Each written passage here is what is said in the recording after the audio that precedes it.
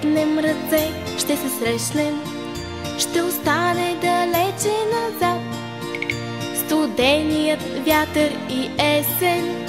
И тогава надежда ще има, навярно през цялата зима. Много ли струва това да протегнем на някой ръка?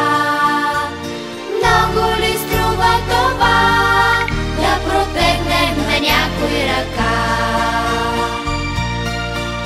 Ако всички на тази земя погледнем за миг към звездите, ще открием, че пада една като детска сълза от очите. Ти звездата не